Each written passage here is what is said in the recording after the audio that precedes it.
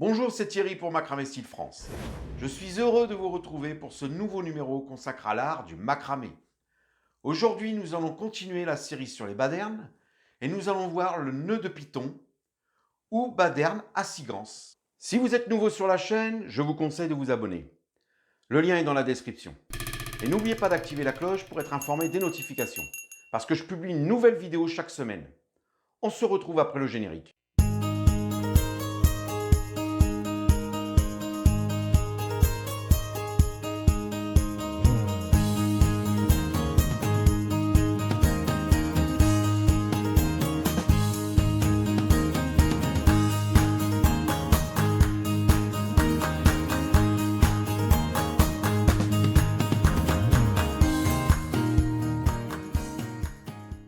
Le nœud de python ou baderne à 6 ganses débute comme le paillet à 4 ganses, puis avec une petite variante pour créer 2 ganses supplémentaires.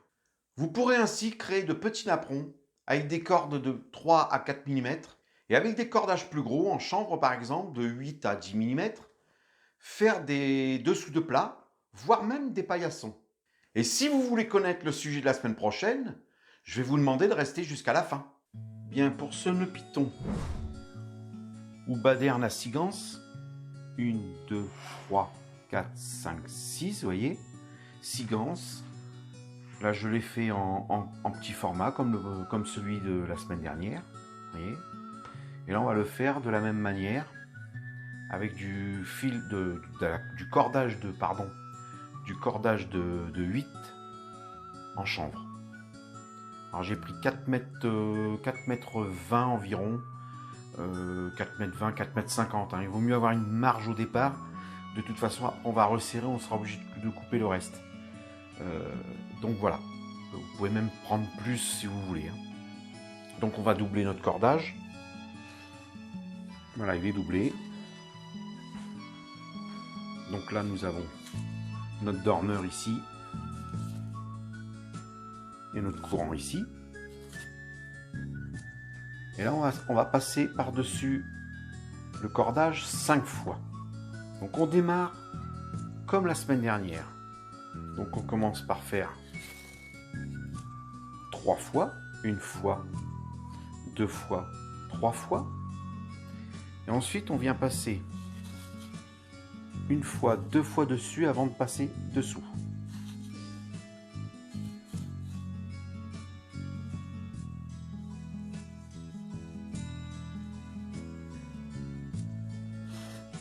Ne te sauve pas. Donc j'ai dit par-dessus, par-dessus. Donc ça fera 1, 2, 3, 4, 5 fois. Et on passe dessous ici. Pour venir faire notre 3e ganse.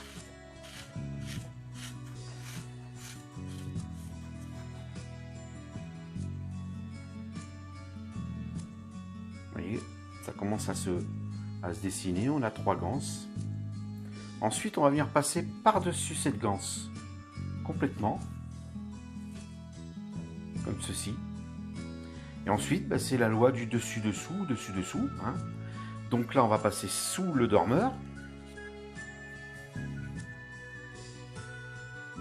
Et une fois qu'on est passé sous le dormeur, on va passer dessus, dessous, dessus, dessous, dessus, dessous, pour venir faire la ganse ici.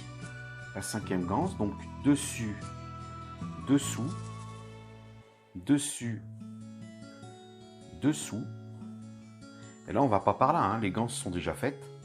Donc dessus, pardon, pour pouvoir maintenir ça, dessus, dessous, et on tire. On fait notre 5e ganse. Voilà. Vous voyez, ça se dessine bien là.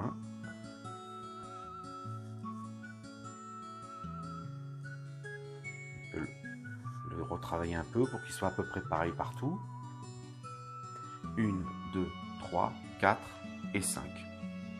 On a 5 ganses.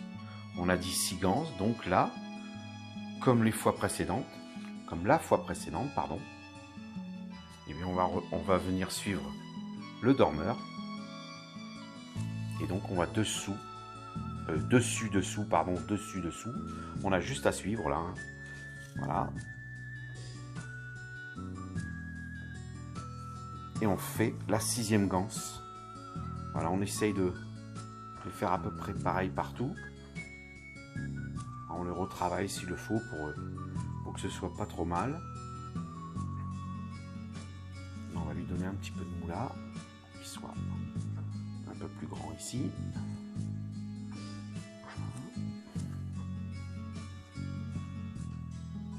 Encore un peu plus de mou.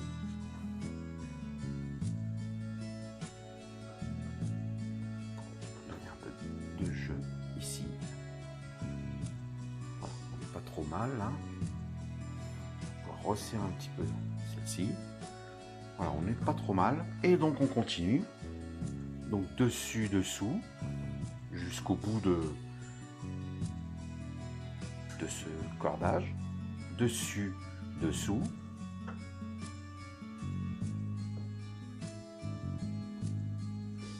Dessus, dessous.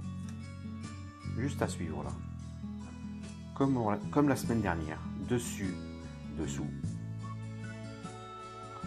Et on va reprendre le dormeur pour faire le reste.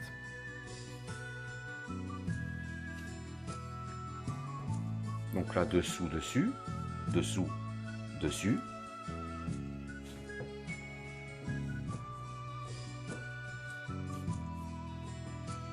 Hop, n'oublie pas de tourner un peu pour qu'il se mette, que le cordage se mette bien. On vient le coller à l'autre. Ensuite, on continue.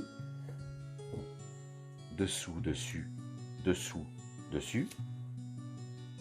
Dessous, dessus, dessus, dessous, dessus, pardon.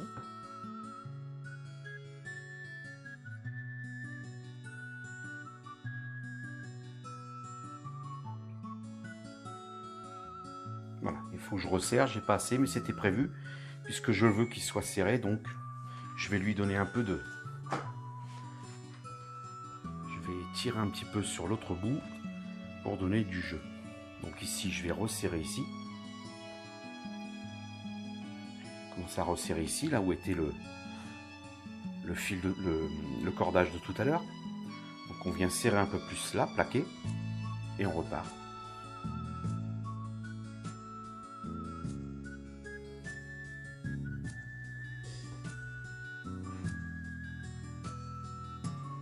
Ça m'évite de couper de grandes longueurs de fil, de cordage, et puis à la fin avoir de grosses chutes. Je fonctionne comme ça. On peut faire avec plus de longueur de cordage, mais à la fin, il faudra en couper, il y aura trop long. Hein. Donc, moi, je fais comme ça.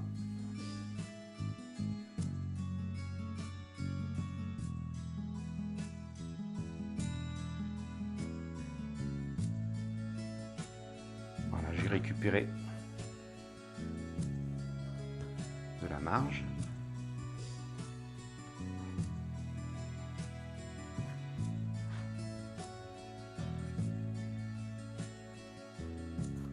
Et on continue.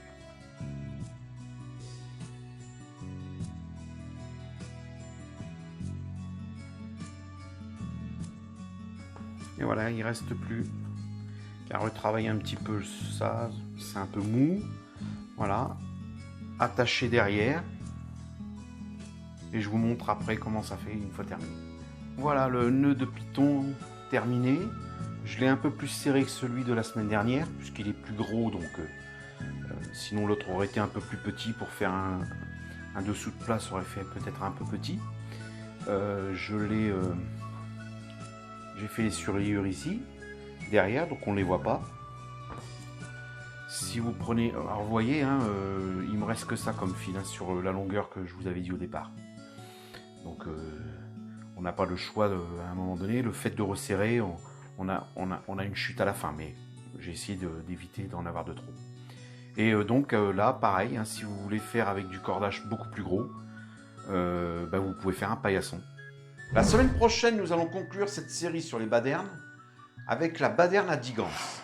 Et vous verrez qu'on pourra même les faire avec 12 ganses, voire plus.